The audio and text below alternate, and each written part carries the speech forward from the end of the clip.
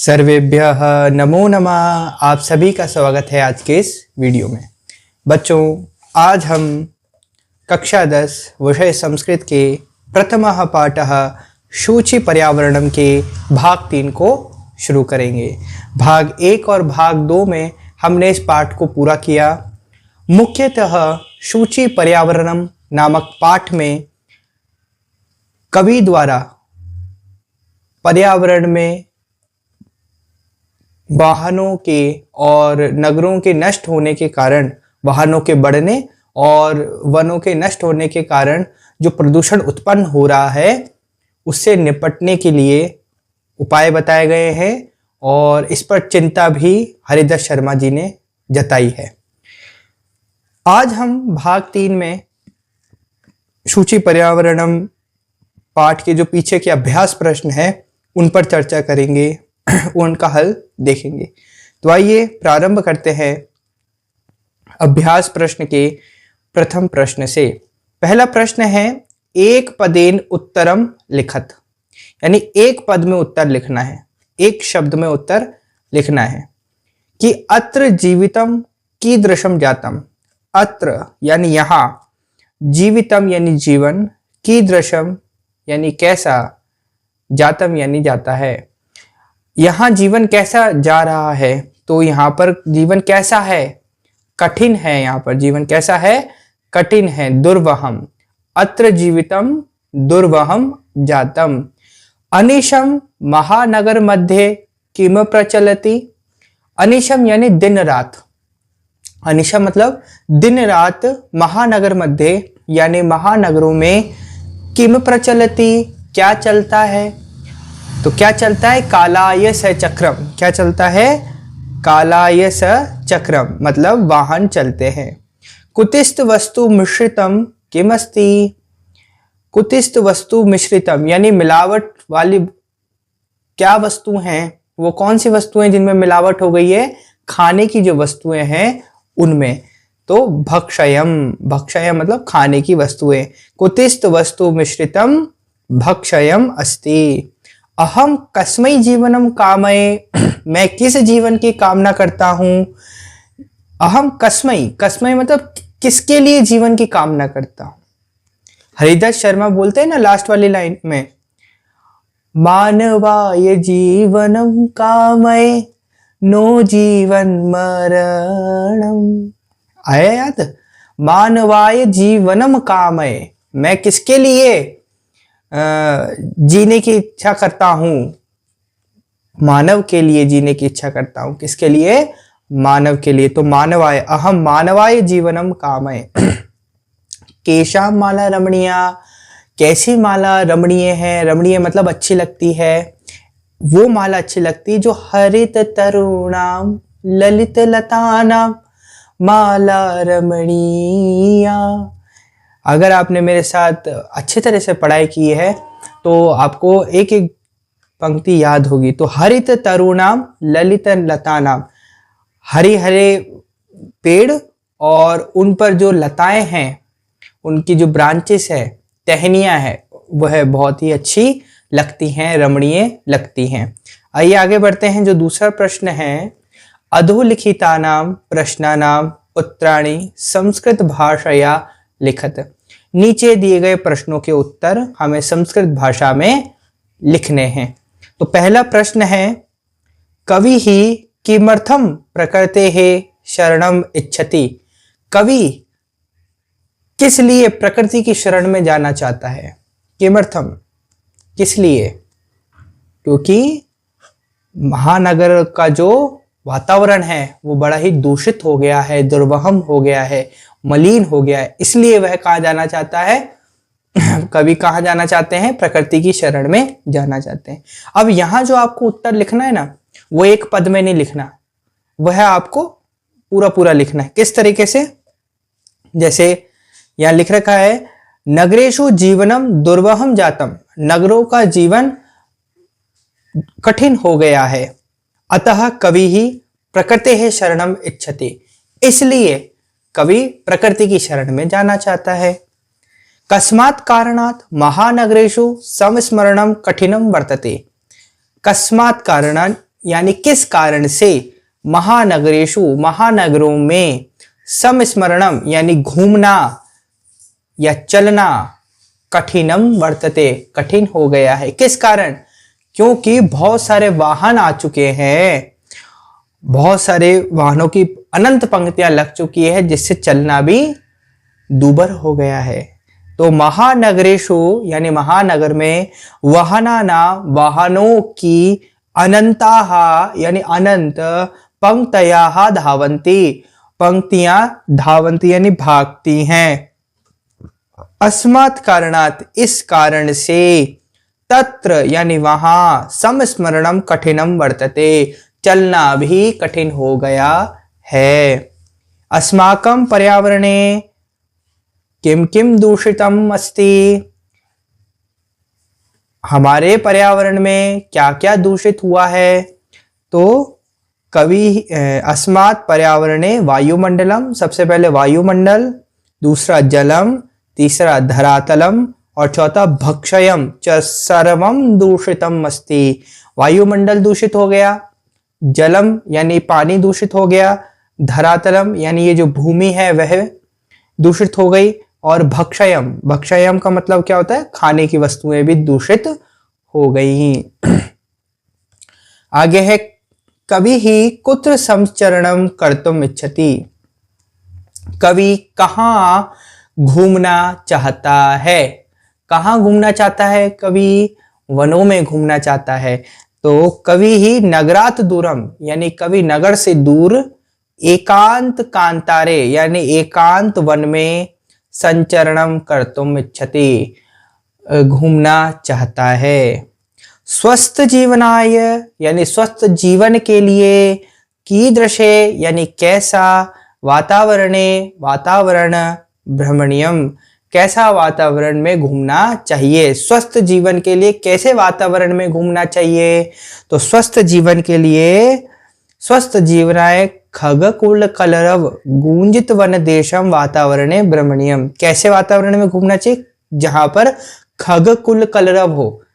खगकुल कलरव मतलब जहां पर पक्षियों का समूह कलरव कर रहा हो, बोल रहा हो, चहचहा रहा हो, और गूंजित वन देशम और पूरा जो वन देश है इससे गुंजायमान हो, इनकी आवाज से गुंजायमान हो।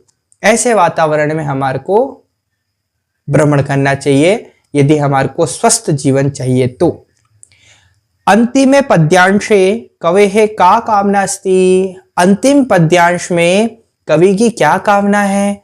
कवि क्या कामना करता है? तो अभी अभी हमने बताया कि अंतिम पद्यांशे कवि ही कामना अस्ति। अंतिम पद्यांश में कवि की कामना है कि यत की पाषाणी सभ्यता यानी पाषाणी सभ्यता जो है निसर्गे समाविष्टा ना स्यात् यानी पाषाणी सभ्यता नहीं होनी चाहिए।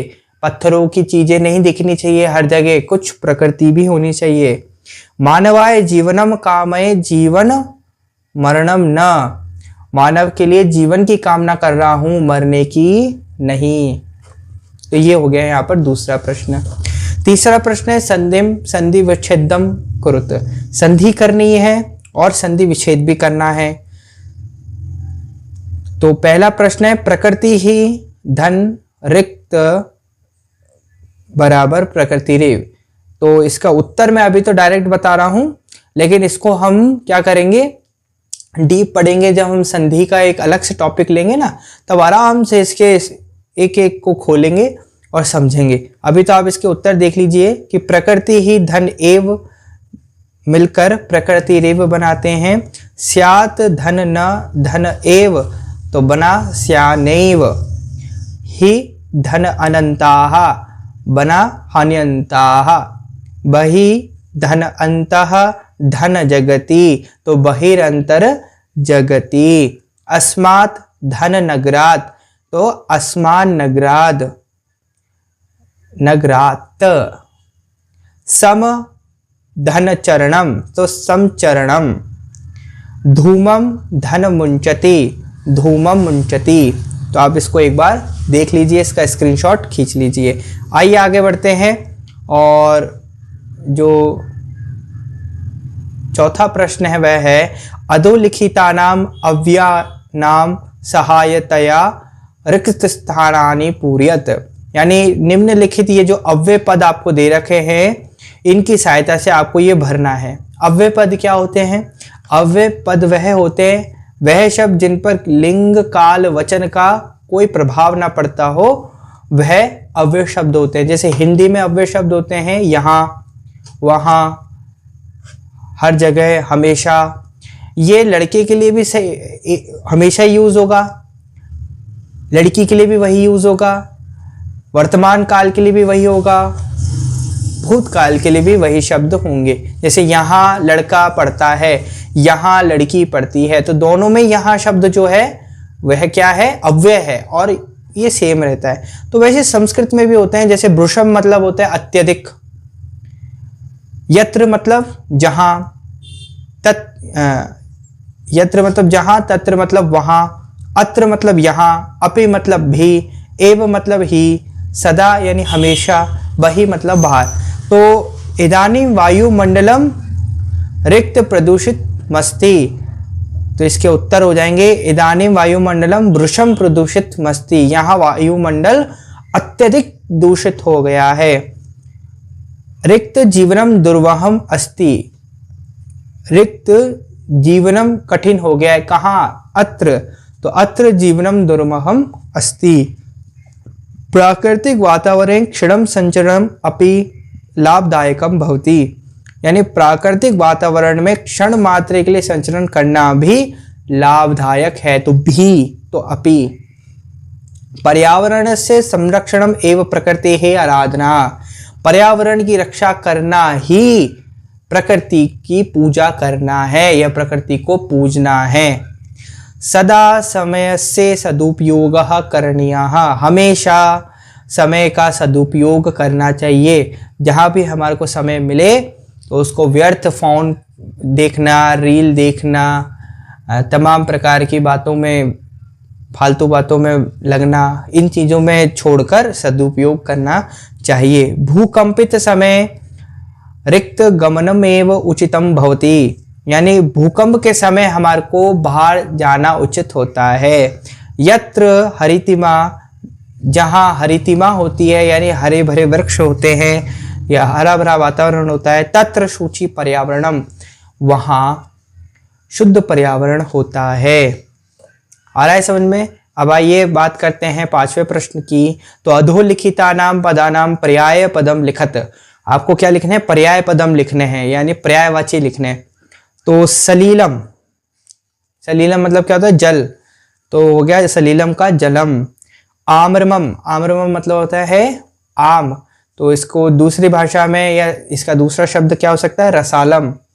वनम, आपको पता है सबको, जंगल, संस्कृत में ही इसको कांतारम भी कहते हैं। शरीरम, तनुहु। कुटिलम, वक्रम, पाषाणः, प्रस्तरः। शरीरम मतलब शरीर, कुटिलम मतलब क्या होता है? सीधा एकदम, वक्रम मतलब होता है टेढ़ा, पाषाणः यानी पत्थर, तो प्रस्तरः, माफ कीजिए, कुटिलम, हम यहाँ पर्यायवाची देख रहे हैं ना, कुटिलम मतलब भी होता है टेढ़ा और वक्रम मतलब भी होता है टेढ़ा।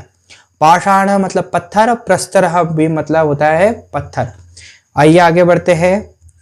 पांचवे का आ, अधोलिखित पदानाम विलोम पदानि पाठात् चित्वा लिखत, निम्नलिखित पदों के आपको विलोम शब्द लिखने हैं। सुकरम, तो दुर्वहम, सुकरम मतलब सरल, दुर्वहम मतलब कठिन। दूषितम यानी कि दूषित। शुचि ही यानी शुद्ध। गृह्णन्ति ग्रहण करना। मुंचति छोड़ना, त्यागना। निर्मलम निर्मल। सबलम गंदा। दानवाय दानव के लिए। मानवाय मानव के लिए। शांताः लिमिटेड सीमित। अनंताः अनंत इन्फिनाइट। आगे छठा प्रश्न है, उदाहरण अनुसरते पाठात् चित्वा च समस्त पदानि समास नाम च लिखत। तो जैसे कि समास का नाम लिखना है और समस्त पद लिखना है आपको। जैसे विग्रह वाक्यानि यहाँ पर है, यानी टूटे हुए वाक्य इधर है। समस्त पदानी उनके जुड़े हुए आपको यहाँ लिखने हैं, और समास नाम यानी समासों के नाम यहाँ लिखने हैं। मैंने क्या कहा, इन टॉपिकों को जब हम पढ़ेंगे अच्छी तरीके से डिटेल से तब अपन इसको करेंगे। अभी अपना पूरा ध्यान आपको इनको भरने में लगाना है और अच्छे तरीके से याद करना है इनको, ठीक है। तो यहाँ है मलेन सहितम, तो समलम अव्यय भाव समास। हरिताः च ये तरवः तेषाम हरित तरुणाम कर्मधारय समास। कैसे हुआ ये सब हम बात करेंगे। ललिताः च याः लताः तासाम ललित लतानाम कर्मधारयः।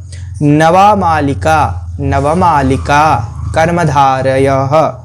द्रुतः सुख संदेशः येन द्रुत सुख संदेशम बहुव्रीहिः। कज्जलम एव मलिनम कज्जल मलिनम कर्मधारयः। दुर्दान्तैः दर्शनैः दुर्दान्तैः दर्शनैः कर्मधारयः। तो इस तरीके से आपको ध्यान रखना है।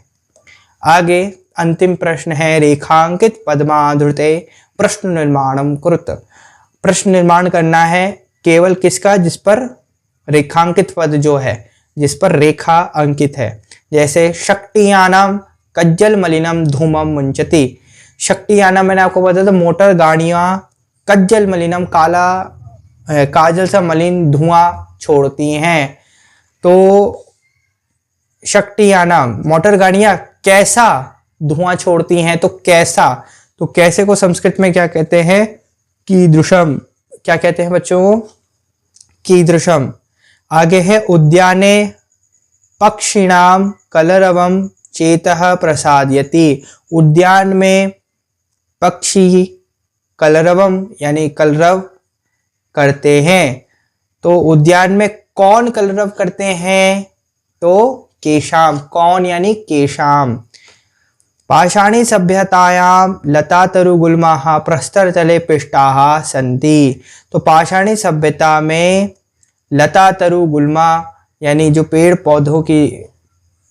पौधे और झाड़ियां हैं वो प्रस्तर तले यानी पत्थरों के तले पिष्टाहा यानी पिस रही हैं। तो पाषाणी सभ्यता में क्या पत्थरों के तले पिस रहे हैं, तो के कौन, तो लता तरु गुल्मा। महानगरेषु वाहनानाम अनंताः पंक्तयः धावन्ति।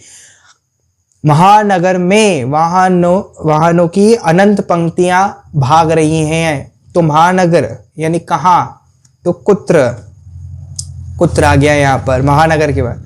प्रकृत्याः सन्निधौ वास्तविकम सुखम विद्यते। प्रकृत्याः मतलब प्रकृति के पास रहने से वास्तविक सुख मिलता है। तो कहाँ रहने से, किसके पास रहने से वास्तविक सुख मिलता है, तो कस्याः, किसके यानी कस्याः सन्निधौ वास्तविकम सुखम विद्यते। तो इस तरीके से सातों के सातों प्रश्न पूरे होते हैं और आज हमारा पूरा पाठ होता है पहला पाठ। अब हम आगे बढ़ेंगे और पार्ट 2 पर चर्चा करेंगे। अगर आपने